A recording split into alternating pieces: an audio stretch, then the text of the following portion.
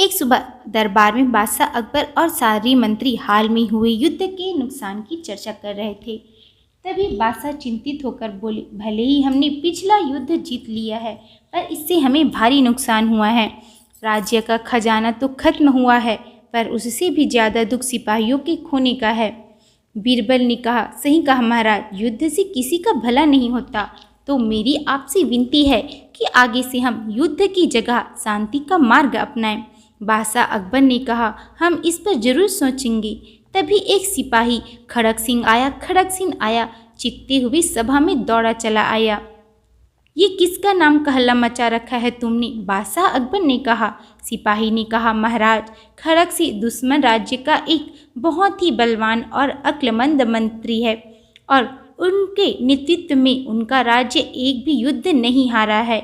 अकबर, तो वह हमसे क्या लेने आए हैं? खड़क सिंह, तभी एक आवाज़ आई, लेने नहीं आया हूँ, देने आया हूँ एक मौका आपको अपने राज्य को बचाने का। बादशाह ने कहा, तुम जानते हो तुम किससे बातें कर रहे हो? तुम्हारी यह हिम्मत? खड़क सिंह ने कहा, जानता हूँ महाराज, मैं इस वक्त ऐसे राज्य से बात कर रहा हूँ जो पिछले युद्ध में बहुत नुकसान कर चुके हैं और एक युद्ध का बोझ वह हरगिज नहीं उठा सकते। बीरबल, तुम साफ साफ अपनी बात रखोगे तो उसके लिए बेहतर होगा। खड़क सिंह ने कहा, बिल्कुल राजा बीरबल, जैसा कि आप जानते हैं, एक कमजोर राज्य से युद्ध करना हमारे महाराज को पसंद नहीं है। इसलिए उन्होंने सोचा कि क्यों ना आपको शांति बनाए रखने के लिए एक मौका दिया जाए। अकबर, कैसा मौका? खड़क सिंह ने कहा, दरअसल हमारे महाराज देखना चाहते हैं कि क्या आपके मंत्रिमंडल में होशियार है या फिर बस किस्से कहानियां हैं। इसलिए मैंने हमारे राज्य के उम्दा कलाकार कला सिंह के हाथों 3 मूर्तियां बनाई हैं। उसमें से आपको सबसे अद्भुत और सही मूर्ति चुनकर बतानी है और वह मूर्ति अद्भुत क्यों है और कैसे हुई, इसकी व्याख्या भी आपको देनी है। सही जवाब मिलने पर ही हम युद्ध को नहीं करेंगे, वरना हमारे हाथों आपके राज्य का अंत पक्का है। लेकिन याद रखिए, सिर्फ आपके दरबार में से ही कोई 3 मंत्री ही शोध का हिस्सा बन सकते हैं। उस पर सातिर मंत्री क्रोधित हो बोला, अरे वाह, तुमने क्या हमें इतना कमजोर समझा है? हमारा राज तो दुनिया का सबसे ताकतवर राज्य है, हम तुमसे नहीं डरते। जाओ जाओ, अपने महाराज से कह दो कि युद्ध की तैयारी शुरू कर दे, हम तुम्हें रणभूमि में मिलेंगे। यह सुन बाकी मंत्री भी उत्तेजित हो गए और बादशाह से यह बेइज्जती का बदला लेने के लिए कहने लगे। बादशाह अकबर की नज़र शांत खड़े बीरबल की तरफ पड़ी और उन्होंने बीरबल से उनके विचार पूछ लिए, जिस पर बीरबल बोले, जहाँ पना इस वक्त हमारा राज्य पिछले युद्ध की मार झेल रहा है, तो अक्लमंदी इसी में होगी कि हम अपने अहंकार को बाजू में रख शांति का यह प्रस्ताव स्वीकार कर ले। मंत्री, क्या ऐसी बुज़दिलों वाली बातें तो केवल बीरबल ही कर सकता है। महाराज, आप हमें इजाज़त दें, हम युद्ध भी जीत कर आएंगे। बादशाह ने इस पर सोच विचार किया और खड़क सिंह से बोले, ठीक है, हमें तुम्हारी चुनौती मंजूर है, मूर्तियाँ पेश की जाए। यह सुनकर सभी दरबारी आश्चर्यचकित हो गए और एक तनाव का माहौल बन गया। इस पर अकबर ने समय बिना बर्बाद किए 3 मंत्री चुने, जिनमें से एक बीरबल भी थे। लीजिए खड़क सिंह जी, हमारी तरफ से 3 मंत्री आपके सामने हाजिर है। कहाँ हैं आपकी 3 मूर्तियाँ? खड़क सिंह ने अपनी 3 मूर्तियाँ सामने रखकर कहा, चलिए फिर शुरू कीजिए। पहले आपसे शुरुआत करते हैं मुख्यमंत्री जी। मुख्यमंत्री जी ने उन मूर्तियों को बाएं दाएं ऊपर नीचे से टटोला और बोले, मुझे लगता है इन मूर्तियों की जो बनावट है वो अकबर, वो क्या, रहने दीजिए, वह आपके बस की बात नहीं है मंत्री जी, आप आइए।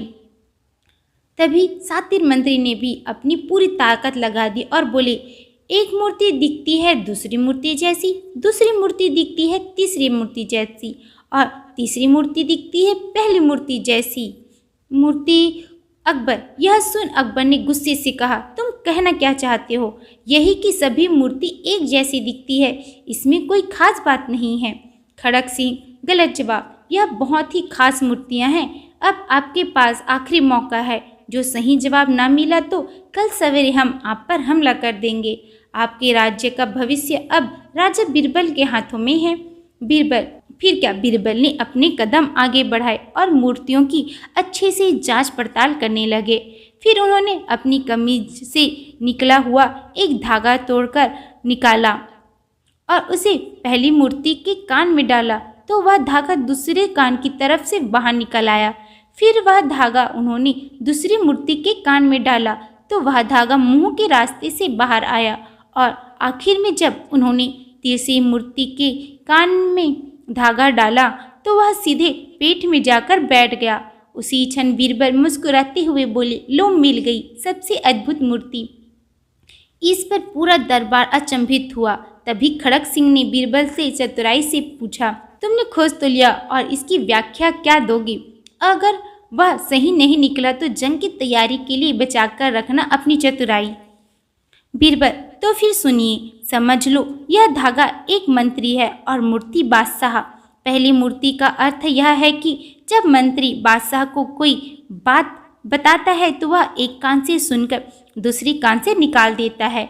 दूसरी मूर्ति का अर्थ यह है कि मंत्री जब बादशाह को कोई बात बताता है तब वह बात सबको बता देते हैं। और तीसरी मूर्ति का यह अर्थ है कि मंत्री जब कोई बात अपने बादशाह को बताता है तो वह बात उनके पेट में ही रह जाती है और वह उन दोनों के अलावा किसी को कभी भी पता नहीं चलती।